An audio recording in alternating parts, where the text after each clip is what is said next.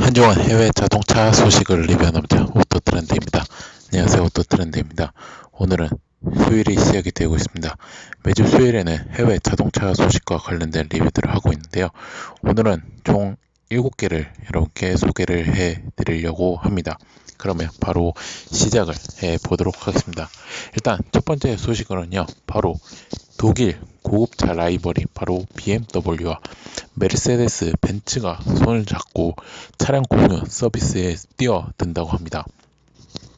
현재 세계 최대 차량 공유 서비스 업체인 우버 등을 맞서기 위해 두 회사가 합작 법인을 만들어가지고 약 10억 원 유로, 우리나라 돈은 약 1조 2,700억 원을 투자하기로 했다고 합니다. 할라트 크루거 BMW 회장과 벤츠 모 기업인 다임러 디터 체제 최고 경자는 이제 지난 현지 시간 22일 독일 베를린에서 두 회사가 함께 차량 공유 서비스를 투자한다고 발표를 했습니다. 뭐 이들은 아무래도 우버나 정보기술인 이제 거인 구글 등 모빌리티 시장에 가세하자 이제 이를 경쟁을 위해서 차량 공유 시장을 에서 손을 잡았다고 합니다. 두 회사는 이미 지난해 3월부터 준비 작업을 거쳐 독일 독점 규제 당국의 승인을 받았다고 하고요. BMW와 이제 벤츠는 각각 유럽 연합 반독점 기구에도 미 우버와 중국 차량 공유 서비스 업체인 디디 출신과의 경쟁 위에 이제 합병이 절실을 하다고 이제 승인을 요청해 왔습니다. 했다 하고요. 이제 두 회사는 지금 차량 호출, 공유 서비스와 같은 미래도시 모빌리티 사업에 투자해 차량 시장 변화를 이끌고 새로운 일자리 약 1,000여 개를 창출하는 것을 목표로 잡고 있다고 합니다. 그리고 이제 여기에 또 전기차 충전 서비스와 인프라 구축에도 공동 주도한다고 계획을 갖고 있고, 또한 차량 관련 스타트업 발굴에도 힘을 쓰기로 했다고 합니다.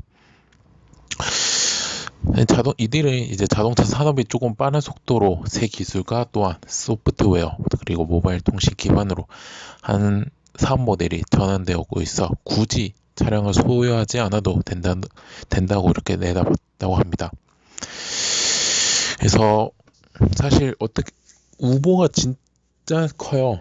우리나라에서는 이제 아무래도 택시라는 것 때문에 뭐 사실 우버 코리아가 있긴 한데 그렇게 막 뭐 미국이나 뭐 신흥아시아 쪽에서는 사실 그렇게 막 대대적으로 서비스 활성화를 하지 않고 있어요. 아무래도 우리나라 같은 경우는 이제 택시 업계가 좀 반발을 해가지고 그렇고, 저도 사실 작년 연말에 가족여행을 그때 갔었는데 베트남을 갔었거든요. 그때는 거기 우버가 되게 잘 되어 있어요. 잘 되어 있어가지고 타봤는데, 이제 우버에 대해서 모르신 분들을 위해서 저 약간 설명해주면, 말 그대로 이제 카쉐어링이랑 같은 개념이에요. 이제 차를 몇 시간 쓰는 건데, 우버 같은 경우에는 이제 기사까지 포함된 거라고 생각하시면 될 거예요. 카쉐어링은 본인이 운전하는 경우가 많잖아요.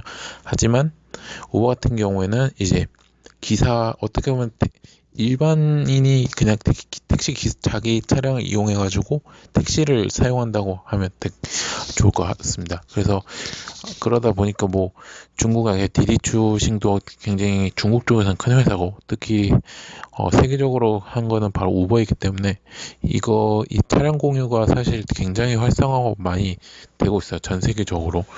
그렇기 때문에 아무래도 BMW와 이 벤츠도 이거를 혼자서 하기에는 아무래도 힘들다고 이렇게 했기 때문에 두 회사가 합쳐서 이제 경쟁을 하게 된다는 거죠. 그래서 아무리 저도 생각해도 자동차라는 게 이제 옛날에는 자동차를 꼭 사야 한다는 개념이 많이 없어진 것 같아요. 내가 원하는 시간, 원하는 만큼 차량을 쓸 수 있는 그런 생각이 어느 정도 있기 때문에, 그래서 아무래도 그 회사에서도 이제 IT 기술을 조금 많이 도입을 하고 있는 추세죠. 그래서 지금 아무래도 이거 같은 거는 제가 봤을 때 일단 유럽 쪽에서는 할 것 같아요. 유럽에서는 사용을 할 것 같고, 우리나라나 뭐 다른 쪽에서는, 다른 나라에서는 아무래도 뭐 제가 봤을 땐 미국이나 이런 쪽은 할 수 있지만 아시아 쪽에서는 그 우리나라 같은 경우는 조금 어렵죠. 라고 얘기를 하고 싶습니다. 한번 유럽 가면 이거 만약에 차량 공유 서비스 만약에 하면 진짜 한번 이용을 해보고 싶다는 생각이 듭니다. 자, 아무튼 그렇다고 말씀을 드리고 싶고요. 자, 그 다음 이야기는 바로 포르쉐입니다. 포르쉐가 자율주행 테스트에 박차를 가하고 있다는데요. 포르쉐 에이지는요, 태블릿을 사용해 워크숍의 리프팅 플랫폼에 접근하는 자율주행 테스트를 실시를 한다고 지난 25일 밝혔다고 합니다. 이번 자율주행 테스트는요, 스타트업 아우토반의 혁신적인 플랫폼과 협력하는 프로젝트의 일환이고요. 올해 중순까지 테스트가 완료될 예정이라 합니다. 그래서 아까 전에 뭐 스타트업이라고 얘기했죠. 네, 바로 스타트업인 코페르니쿠스 오토모빌 스타트업과 협력을 하고 있고요. 이 회사는 있고 이 회사의 부지로 주행 시험장을 설치를 하고 있다고 합니다. 해가지고 뭐 말 그대로 이제 완전 자율주행을 통해 완료하는 것이 제 목표라고 하고 있고요. 그리고 여기서 정비사 같은 경우는 태블릿 마우스로 차량의 워크숍을 정확한 위치를 빠르게 이동시킬 수 있도록 한다고 또 합니다. 그래서 지금 뭐 그렇다고 네 하고 있고, 사실 이렇게 포르쉐가 이렇게 빨리 자율주행을 이렇게 만들 줄 자율주행 기술을 이렇게 개발을 하고 있다는 것은 저도 처음 듣는데요. 네, 왜냐하면 그 전까지는 해도 뭐 폭스바겐이나 뭐 테슬라가 조금 많이 얘기를 많이 했었는데, 폭스바겐도 지금 현재 완전 자율주행을 위한 기술을 개발에 벅차고 있다고 한다는 점을 미리 말씀을 드리고 싶습니다. 그 다음 이야기도 포르쉐 얘기인데요. 바로 포르쉐의 주력 모델인 SV 모델이 마칸의 차세대 모델에 EV가 추가를 한다고 발표를 했습니다. 마칸은요, 2013년 LA 오토쇼를 통해 처음 공개가 되었고요. 카이엔보다 작은 크기의 SV 모델로 2014년에 정식 출시를 한 이후 글로벌 누적 판매 대수가 약 40만 대 이상의 성공을 거두고 있습니다. 마칸 EV 모델 출시는요, 양상 EV로는 올해 출시 예정인 타이칸 이어 두 번째로 지금 될 확률이 크고, 그 다음에 차세대 마칸 EV는 포르쉐 최초의 풀 일렉트릭 컴팩트 SUV라고 합니다. 그래서 이 생산은 독일 라이프히치 공장에서 생산될 예정이라 하고요. 마칸 EV는 내년 초에 시작될 예정이라 생산이 시작된다 하니까, 아무래도 그러면 제가 봤을 때 올 연말쯤에 공개가 될 확률이 굉장히 크다는 거죠. 아무래도 내년 초에 생산을 시작한다니까. 그래서 올 연말 3분기쯤에 뭐 렌더링 이미지나 이런 공개가 한두 장이 공개됐고, 4분기 때 2019년 4분기 때 그때 정식 공개가 되지 않을까 싶은 생각이 들고요. 그래서 뭐 플랫폼은 아우디와 이제 공동 개발한 PPE 플랫폼을 사용을 한다고 합니다. EV 아무래도 제가 생각하기에 지금 타이칸이 지금 적용된 게 800V 기술이 지금 적용이 되어 있잖아요. 그래서 아무래도 이거를 그대로 사용하지 않을까라는 추측을 해 보도록 하겠습니다. 아무래도 3분기, 4분기 때 정확한 재원 에너지 이런 것도 나오니까요. 파워트레이너 그런 점을 알려드리도록 하겠습니다. 뭐 그때 나오면 얘기를 해 보도록 하겠습니다. 자, 그 다음 이야기로 바로 넘어가도록 하겠습니다. 그 다음 이야기는 바로 쉐보레입니다. 쉐보레 블레이저의 롱보디 모델이 추가될 전망이라고 합니다. GM 오소리티에 지금 따르면요, 쉐보레는 블레이저 XL로 불린 3열 7인승 SUV를 준비를 하고 있다고 합니다. 블레이저 XL은요 2020년 초 중국에 출시된 이후 다른 지역에도 출시될 예정이라 하고요. FNR 다시 캐리온 콘셉트 디자인을 따른다고 합니다. 그래서 이 블레이저 XL은요 아무래도 미국에서는 트래버스가 출시를 했기 때문에 아무래도 북미 시장에는 출시가 되지 않을 것으로 지금 제기가 되고 있고요. 아무래도 생산은 내년 2월부터 중국 상하이 공장에서 생산을 한다고 합니다. 우리나라에는 대한민국에는 아직 블레이저가 출시를 된다고 뭐 확정 지은 게 없고 이제 뭐 한다 안 한다 이런 얘기만 나타나고 있는 상황이죠. 그렇다 얘기하고 싶고 조금 근데 국내 만약에 국내 출시를 만약에 아시아에 출시되고 한국에도 출시되면 국내 자동차 소식에 또 얘기를 해보도록 하겠고요.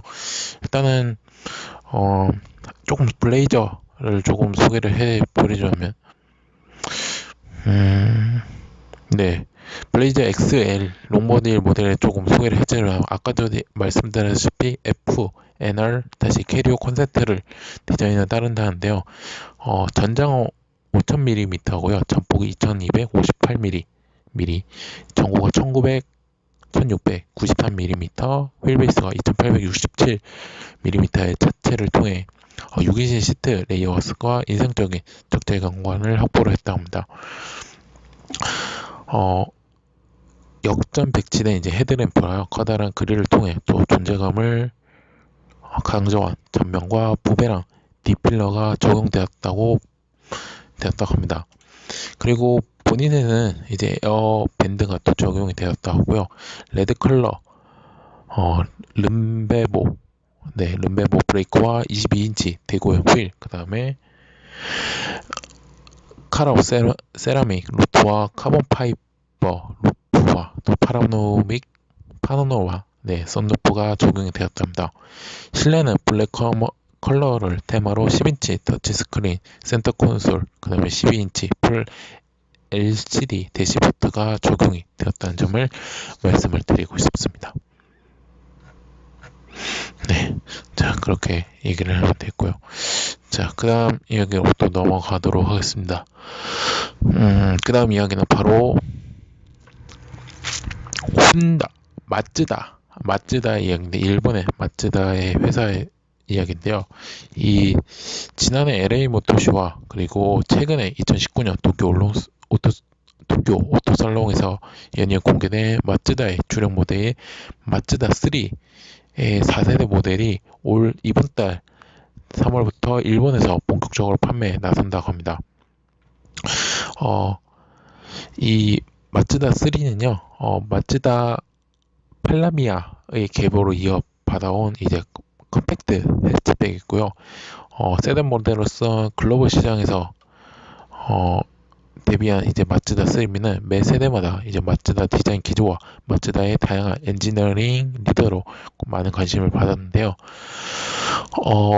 이 마츠다는 이제 2017년에 도쿄 모터쇼 공개된 카이 컨셉트로 기반을 한다고 합니다.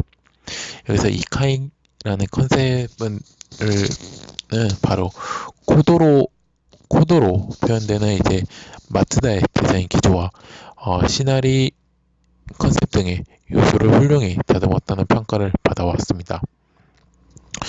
그래서 뭐 소개를 해드리자면 제어는 일단은 4460mm고요. 그리고 죄송합니다. 그래서 이제 두 가지가 있어요. 그러니까 해치백 모델 해치백이 있고 세단 모델이 있는데 해치백은 4460mm고 세단이 4660mm 전장이고요. 그 다음에 전폭이 1795mm, 그리고 전고가 1440mm로 이제 날렵하면서도 세련된 존재감을 드러낸다고 합니다. 참고로 휠베이스는 2725mm라는 점을 말씀을 드리고 싶습니다. 그래서 큼지막한 프론토 그릴과 미체적인 감성이 돋보이는 헤드라이트 및 그 다음에 리얼 코미네이션 램프는요 그대로 구현되어 이제 카이 컨센트의 그 디자인을 그대로 받았지만 해치백과 세단의 디자인은 이전보다 더욱 상반된 모습이라고 얘기를 하고 싶고요. 그리고 실내 공간은 이제 좀 한층 더 세련되고 고급스럽게 다듬었다 합니다. 8.8인치 와이드 디스플레이 패널과 센터 패널의 다이얼 등을 또 통해 다양한 기능을 손쉽게 조작할 수 있다고 하고요. 보스 사운드 시스템으로 듣는 또 즐거움을 또 더한다고 합니다. 그래서 파워트레인은요, 가솔린 1.5 리터의 스카이 액티브 가솔린 엔진과 그 다음에 2.0 스카이 액티브 가솔린 엔진 해가지고 최고 출력이 186마력이라고요. 네, 180, 엔진이 하고 또 2.5 스카이 액티브 가솔린 엔진이 또 있다고 하고요. 그 다음에 디젤 모델도 있다고 합니다. 스카이 액티브 D 1.8 리터가 또 이번에 새롭게 라인업에 추가가 됐다고 하고요. 여기 변속기는 6단 자동 또는 이제 및 수동 변속기를 또 조합을 할 수 있고요. 전륜 구동 아니면 AWD 구동 방식으로 선택을 할 수 있다고 합니다. 다만 주행 성능 및 관련된 구체적인 자원은 아직 공개되지 않았지만 마츠다 2019 마츠다 3는요 이번 달 3월 달부터 미국 시장에서 판매를 시작해가지고요. 지금 판매 가격은 2만 $1,000, 우리나라 돈으로 약 2,360만원, 세단 기준으로 시작을 한다고 합니다. 그래서 미국 시작으로 일본, 호주, 유럽, 그리고 중국 등으로 판매를 전개할 계획이라 합니다. 2,360만원이면 거의 해치백, 네, 우리나라로 치면 거의 해치백 가격 정도 되겠죠. 세단이 제가 봤을 때는 거의 보통 3천, 현기차가 보통 3천 정도 하니까 그렇게 하면 됐고, 우리나라 참고로 한국에는 지금 일도 뻥끗하지 않는다는 점을 말씀을 드리고 싶습니다. 자, 그러면 여기서 설명 감사했고요. 그 다음 이야기는 바로 페라리인데요. 페라리가 대신형 8기통 모델인 페라리 F8 트리프트를 첫 공개를 했다고 합니다. 이 F8 트리프는요, 2인승 베를리 네타 모델로 탑재된 8기통 터보 엔진이고요. 최고 출력이 720마력, 리터당 최고 출력이 185마력의 성능으로 페라리 엔진 역사의 새로운 기준점을 제시하는 강력한 엔진이라고 합니다. 이전 모델인 이제 488 GTB보다 모든 부분에서 기능과 그리고 성능을 개선을 했다고 하고요. 그래서 극한 상황에서도 또한 컨트롤과 승차감도 향상이 많이 되었다고 합니다. 그리고 무게는 이전 모델보다 가벼워졌고요. 그래서 이로 인해서 출력도 50마력 더 강해졌다고, 또한 10%의 공기역학 효율성도 향상이 됐다고 합니다. 그리고 이제 또 페라리 라인업 중에서는 최초로 마나티온의 RACA 포지션에도 사용 가능한 최신식 페라리 다이내믹 인핸서가 적용이 돼가지고요. 운전자가 보다 쉽게 차량을 최대 성능을 도달할 수 있도록 제어가 될 수 있다고 합니다. 자, 그러면 이제 여러분 외관을 한번 보면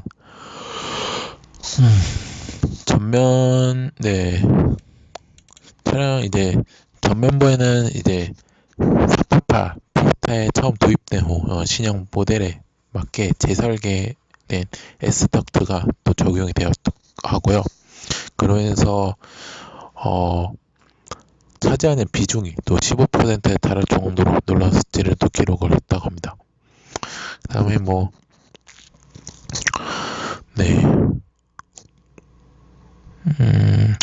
실내 같은 경우에는 이제 페라리 미드리어 엔진 베를리 네타의 특징이 바로 드라이브 중심의 콕핏 형태의 운전석을 유지를 하면서 대시보드 도 패널 및 터널 등 대부분 요소를 새롭게 디자인했다고 합니다. 더불어서 원형의 통풍구, 그 다음에 새로운 스티어링 휠, 그 다음에 제어 장치와 7인칭 조수석, 터치스크린 디스플레이 등 차세대 휴먼 HMI 시스템을 도입해 더 깔끔하고 편리한 운전 성비, 주 인터페이스를 제공을 한다고 합니다. 베를린 누구나 타보고 싶은 차량 중 하나에서 자동차를 좋아하는 사람이라면 그래서 그렇다고 얘기를 하고 싶고요. 자, 마지막 이야기로 하도록 하겠습니다. 마지막 이야기는 바로 지프인데요. 이제 지프를 뽑고 있는 바로 FCA 그룹이 미국의 시간주 소재 기존의 5개 공장에 이제 45억 달러를 투자한다고 하고요. 또한 이제 디트로이트와 미시간주에 협업을 해서 이 도시 행정구역 내에 새로운 생산 공장을 설립할 계획이라고 확정을 했다고 지금 발표를 했습니다. 이번 계획에서는 지프가 선보일 2개의 새로운 세그먼트 모델과 그다음에 전기차 생산 등 증가하는 지프와 램 브랜드의 수요를 충족하기 위한 역량 강화의 일환으로 지금 보여지고 있고요. 또한 이 막대한 투자에 약 6,500개 새로운 일자리가 창출될 전망이라 합니다. 이번에 발표된 공장 설립에 대한 계획은 지난 2010년에 시작된 생산라인 개편 작업에 대한 실행의 일부라고 얘기를 하고 싶고요. 그래서 지금 소비자 수요가 SUV하고 트럭으로 옮겨에 따라 컴팩트카의 생산을 중단을 하고요. 지프와 램 브랜드 확대를 위해 가능한 최대의 역량을 활용하고자 일리노이 하고요, 오하이오 및 미시간주에 위치한 공장들을 개편을 했다고 합니다. 그리고 뭐 이것저것 또 플러그 하이브리드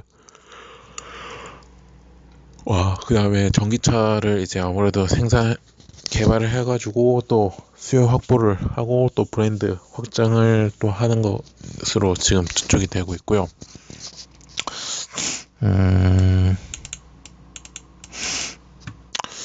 지금 그렇다고 합니다. 그래서 디트로이트 같은 경우는 이번 프로젝트 실행의 핵심적인 시설 인수 관련 양해각서를 60일 내에 체결을 하면 된다고 하고요. 추가적인 투자는 성공적인 합의와 개발 패키지에 대한 주 및 기타 지방의 정보들의 최종 승인 여부에 따라 결정될 또 전망이라고 합니다. 이제 지금 제가 해외 자동차 소식 이런 걸 해보면서 제가 느낀 점이 뭐냐면, 이제 개편 외국에서는 해외 자동차 업계 쪽에서는 나름 이제 개편을 하고 있어요. 그러니까 생산 라인업을 조금 친환경 자동차, 플러그 하이브리드, 전기 자동차 쪽으로 많이 지금 개편을 하고 있는 중이고, 그래서 아무래도 조금 더 이 가솔린과 디젤의 비중이 조금 줄어들면서 이 친환경 자동차의 이제 비중이 조금 커지고 있다라고 얘기를 하고 싶다고 여러분께 얘기를 해드리고 싶습니다.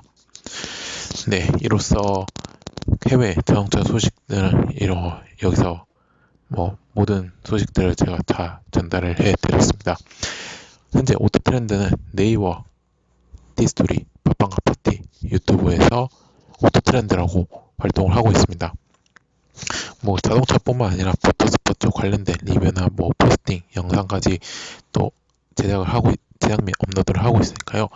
네이버는 서로 이후 추가 아니면 이후 추가를 해주시면 감사했고, 디스토리는 상반기에 구독 서비스를 시행을 한다고 합니다. 그래서 추후에 제가 다시 한번 말씀을 드리도록 하겠고요. 마지막 또한 팟빵과 파티에서 구독 및 후원, 마지막으로 유튜브에서 구독 및 좋아요 버튼을 눌러주시면 자동차와 그 다음에 모터스포츠 관련 다양한 영상들을 보실 수가 있고, 또한 팟캐스트도 보실 수가 있습니다. 다음 주 수요일 새로운 해외 자동차 소식들을 들고 또 새로운 소식들을 들고 또 전달을 해드리도록 하겠습니다. 즐거운 소식들 되시고요. 저는 내일 해외 모터스포츠 또 하니까요. 많이 들어주시면 정말로 감사하겠습니다. 즐거운 수요일 되시고요. 저는 다음 주에 뵙도록 하겠습니다. 감사합니다.